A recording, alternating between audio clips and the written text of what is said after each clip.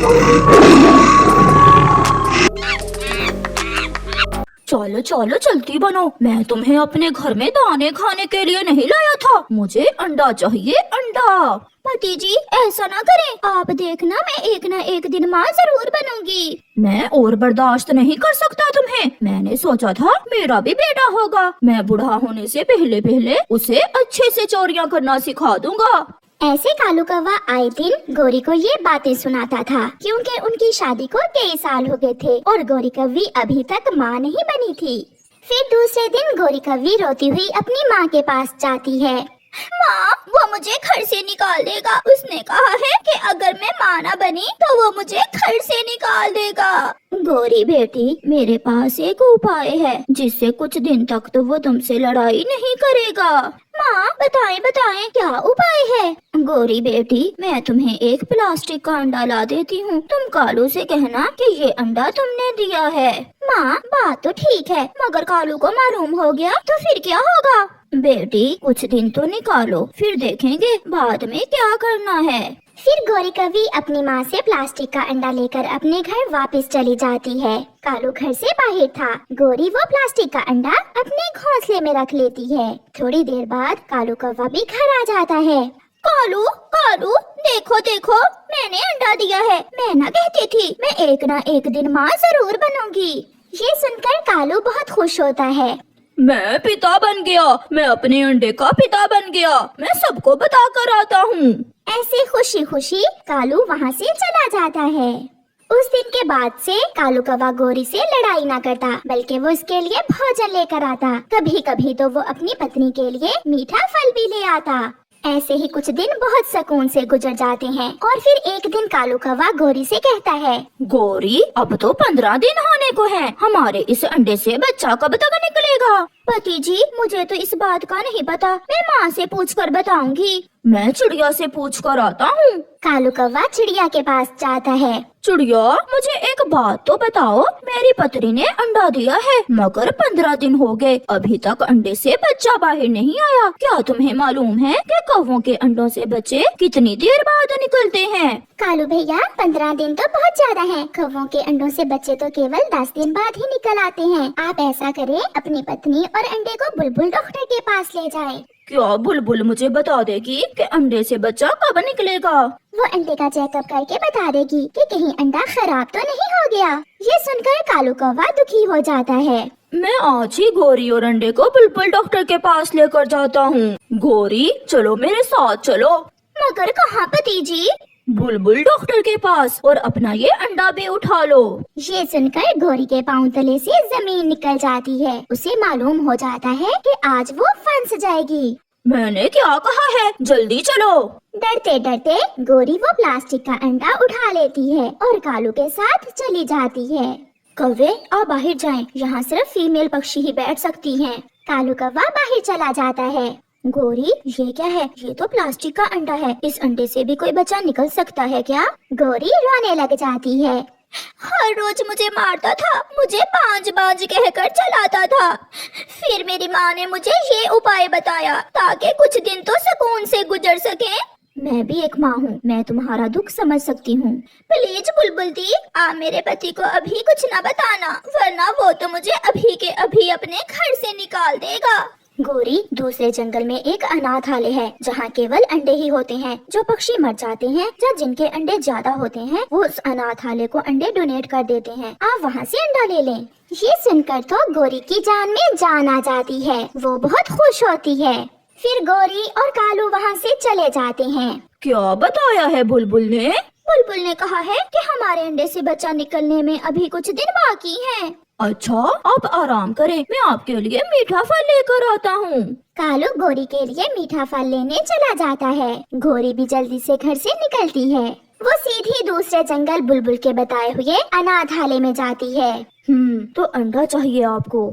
जी जी, मैं अंडे का अपने अंडे की तरह ही ध्यान रखूंगी। अपना एड्रेस लिखवा दें। पहाड़ों वाला जंगल, गली नंबर 00 और पेड़ नंबर 000। ये अंडा कौवी का ही है। इस अंडे की माँ पिछली बारिश में मर गई थी और ये अंडा बेचारा अनाथ हो गया था। फिर एक मैना इसे यहाँ जमा करवा गई। मेरी जिंदगी का बहुत बड़ा दुख दूर हो गया। आपका बहुत बहुत धन्यवाद। गौरी वो असली कौवे का अंडा लेकर घर वापस जाती है। घर जाकर गौरी प्लास्टिक का अंडा दूर फेंक देती है और असली अंडा अपने घोंसले में रख लेती है। अब वो बहुत सुकून महसूस कर रही थी। अब उसे कोई डर नहीं था। फिर 3 दिन बाद उस अंडे से बच्चा निकलता है जो काले रंग का बेटा कौवा था। गौरी उसे देखकर बहुत खुश थी। मेरा बेटा आ गया।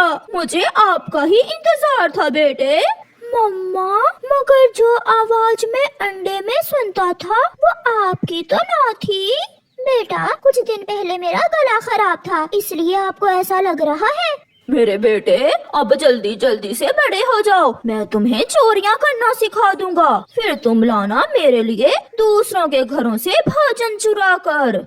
मगर मम्मा, मैं चोरियां नहीं सीखूंगा, क्योंकि जब मैं अंडे में था तो आप कहा करती थी कि मेरा बेटा एक कामयाब, मेहनती और ईमानदार पक्षी बनेगा। हाँ, मेरा बेटा जरूर एक कामयाब पक्षी बनेगा। ऐसे गौरी उस राज को राज ही रखती है और बेटा आ जाने से उसकी जिंदगी आसान हो जाती है। भीगे भीगे मौसम में लूसी कबूतरी अपने घर में बैठी हलवा बना रही थी। थोड़ी दूर बैठा लूसी का पति कबूतर बेसब्री से इंतजार कर रहा था। मिठू तोता तो सुबह से ही खिड़की में बैठा बारिश को देखे जा रहा था। वो कभी कभी अपना पंख खिड़की से बाहर निकाल कर बारिश के ठंडे ठंडे कतरों को एंजॉय करता। मिठू जी, अब बस भी करें, यहाँ आ जाएं। आप सुबह से खिड़की में ही बैठे हुए हैं। हरियाली, मुझे बारिश बहुत पसंद है। जब तक बरसात चलेगी मैं तो खिड़की में ही बैठूंगा। फिर हरियाली भी फुर्र से उड़ती है और अपने पति के पास जाकर बैठ जाती है। कौवों के घर में तो बारिश में भी सुकून नहीं था। हमेशा कोई न कोई मुसीबत ही बनी रहती। अब उनके घर की छत टपकने लगी थी। कालू जी, अगर ऐसे ही छत टपकती रही तो घर समंदर बन जाएगा। और तुम मछली बनकर इसमें तैरने लगना। मैं एक बेलन उठाकर लगाऊंगी तुम्हारे। बाहर निकलो और घर की छत को ठीक करो। गौरी, तुम्हें पता तो है मुझे पानी से बहुत डर लगता है। तुम चाहते हो या? फिर कालू कौवा अपनी पत्नी से डरते हुए बाहर निकलता है और घर की छत पर जाकर देखता है। वहाँ एक बड़ा छेद हो गया था। ये छेद तो बड़ा है। इसकी मरम्मत के लिए मुझे बड़े पत्ते लाने होंगे। गौरी, बहुत बड़ा छेद हो गया है छत में। मैं जंगल से पीपल के बड़े पत्ते लेकर आता हूँ। जल्दी आना और अगर मेरे लिए कुछ खाने को मिल जाए तो वो भी लेते आना। कालू कौवा उड़ता है। बारिश तेज थी मगर कालू कौवा भी बारिश में उड़ना जानता था। उड़ते उड़ते कालू कौवा दूर निकल जाता है। बहुत वजनी है ये छाता तो सच में बहुत भारी है। मैं कैसे इसे अपने घर तक लेकर जाऊं?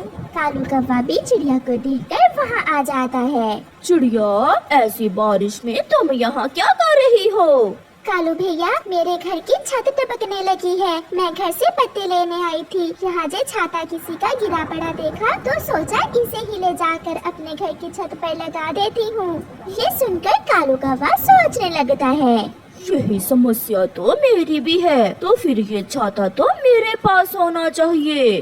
कालू भैया क्या सोचने लगे? क्या ये छाता आप मेरे साथ मेरे घर तक पहुँचा देंगे?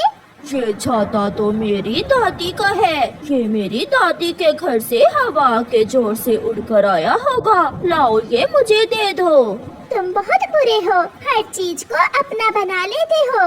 मगर मैं ये छाता तुम्हें नहीं दूंगी। कमजोर चिड़िया, जो चीज मुझे पसंद आ जाए वो मैं किसी को नहीं देता। अगर कोई ना दे तो मैं छीन लेता हूँ। ऐसा कहते हुए कालू कौवा चिड़िया से वो छाता छीनकर भाग जाता है और छोटी चिड़िया रोने लग जाती है। दुष्ट काला कौवा, गंदा कौवा, बुरा कौवा, मेरा छाता छीन कर ले गया। फिर चिड़िया पीपल के पत्तों की खोज में चली जाती है। कालू कौवा घर वापस जाकर वो छाता अपने घर की छत पर लगा देता है। हो गया, अब बारिश का पानी छेद से अंदर नहीं जाएगा। गौरी, क्या पानी रुक गया? कालू जी, तुमने तो कमाल कर दिया। अब तो छत कहीं से भी नहीं टपक रही। इगली चील जो बहुत गुस्से वाली थी, उसके गुस्से से तो सब पक्षी डरते थे। वो अपना भोजन लेकर वापस आती है। वो बारिश में भीगी हुई थी। वो अपना भोजन घोंसले में रखती है। मेरा छाता कहाँ गया? किसने चुराया होगा मेरा छाता?